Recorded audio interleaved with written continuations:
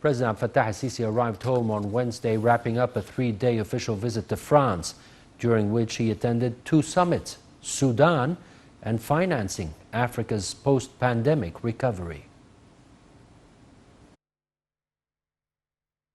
Before his departure from France, President Abdel Fattah al-Sisi met with Senegal's President Macky Sall, hailing the strong relations that bind the two countries thanks to the role played by Senegal in the region of West Africa. The head of state expressed his keenness on fostering joint cooperation in various domains during the coming period.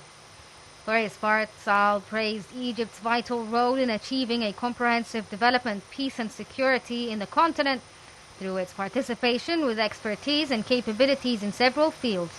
The meeting witnessed exchange of views over the developments of the Ethiopian dam file, where President al-Sisi affirmed Egypt's constant commitment with a legal and obligatory agreement on filling and operating the dam.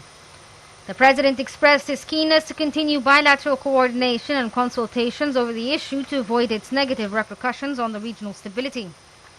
The talks also tackled several African files, especially under the leadership of Senegal for the African Union in 2022. In a separate meeting with French Minister of Finance and Economy, Bruno Le Maire, the President expressed appreciation for efforts to enhance bilateral economic and trade relations.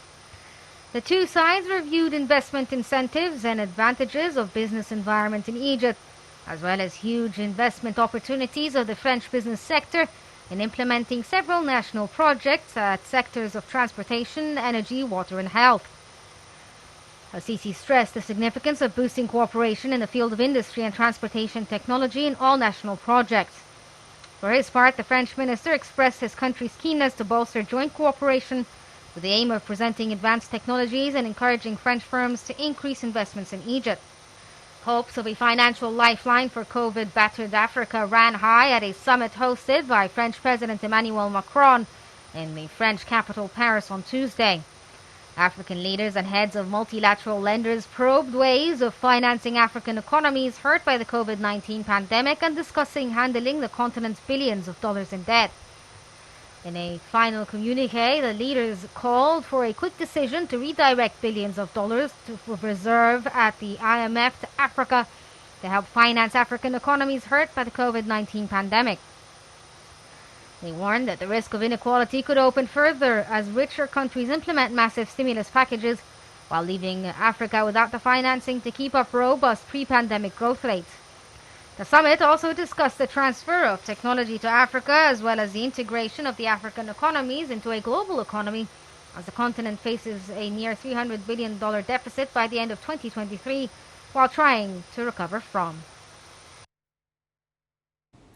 Prime Minister Mustafa Madbouli announced the extension of precautionary measures to contain the coronavirus.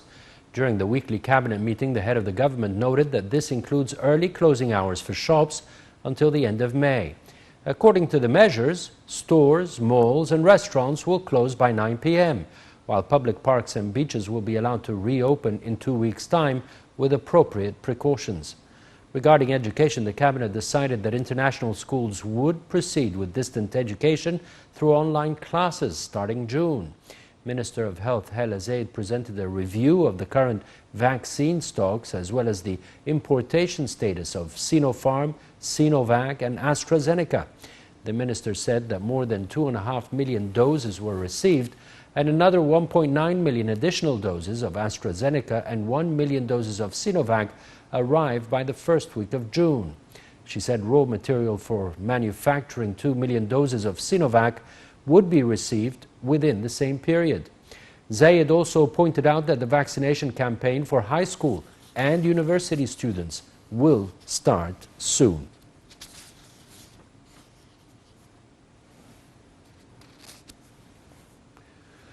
The Arab Parliament held an emergency session at the headquarters of the General Secretariat of the Arab League in Cairo to discuss the ongoing Israeli aggression in Jerusalem and its repeated attacks on Palestinian people. The meeting, which also probed settlement policies and forced displacement carried out by the occupied forces, comes in light of the Arab Parliament's national responsibility in championing the Palestinian cause. Nile TV's Abir Gindi was at the Arab Parliament session and filed in the following report.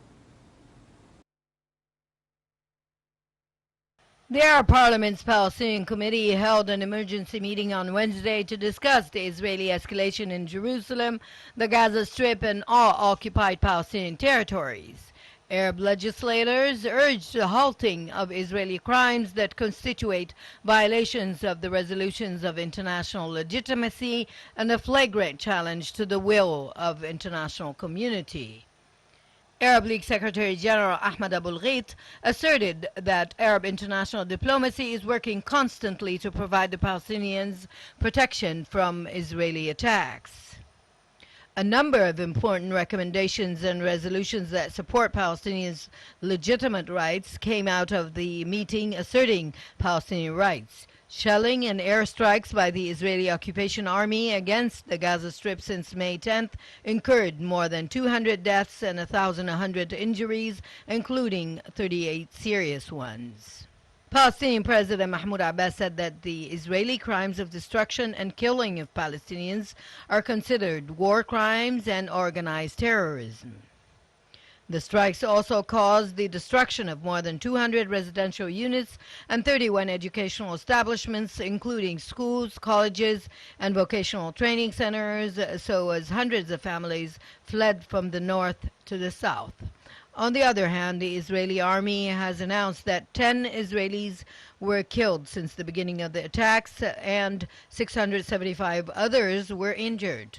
Earlier in the week, the Israeli army struck a number of towers in the Gaza Strip. One of those housed the offices of a number of media outlets.